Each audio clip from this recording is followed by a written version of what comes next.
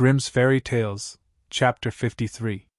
There was once upon a time a poor peasant called Crab, who drove with 2 oxen a load of wood to the town, and sold it to a doctor for 2 thalers.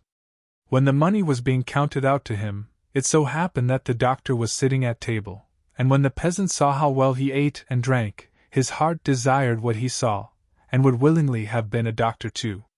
So he remained standing a while, and at length inquired if he too could not be a doctor. "Oh, yes," said the doctor, "that is soon managed." "What must I do?" asked the peasant. "In the first place, buy yourself an ABC book of the kind which has a cock on the frontispiece. In the second, turn your cart and your 2 oxen into money, and get yourself some clothes, and whatsoever else pertains to medicine. Thirdly, have a sign painted for yourself with the words, 'I am Dr. Noel,' and have that nailed up above your house door." The peasant did everything that he had been told to do. When he had doctored people a while, but not long, a rich and great lord had some money stolen. Then he was told about Dr. Noel, who lived in such and such a village, and must know what had become of the money. So the lord had the horses harnessed to his carriage, drove out to the village, and asked Crab if he were Dr. Noel. Yes, he was, he said. Then he was to go with him and bring back the stolen money. "Oh, yes, but Greta, my wife, must go too." The lord was willing, and let both of them have a seat in the carriage, and they all drove away together. When they came to the nobleman's castle, the table was spread, and Crab was told to sit down and eat. "Yes, but my wife, Greta too," said he, and he seated himself with her at the table. And when the first servant came with a dish of delicate fare, the peasant nudged his wife, and said, "Greta, that was the first," meaning that was the servant who brought the first dish. The servant, however, thought he intended by that to say, "That is the first thief," and as he actually was so, he was terrified, and said to his comrade outside, "The doctor knows all, we shall fare ill, he said I was the first."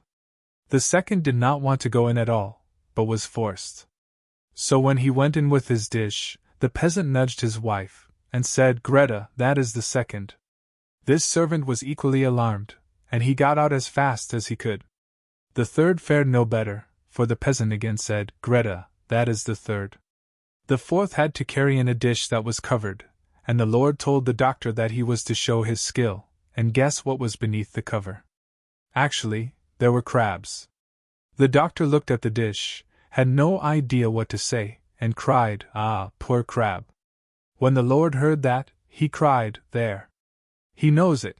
He must also know who has the money." On this the servants looked terribly uneasy, and made a sign to the doctor that they wished him to step outside for a moment. When therefore he went out, all 4 of them confessed to him that they had stolen the money, and said that they would willingly restore it, and give him a heavy sum into the bargain, if he would not denounce them, for if he did they would be hanged. They led him to the spot where the money was concealed.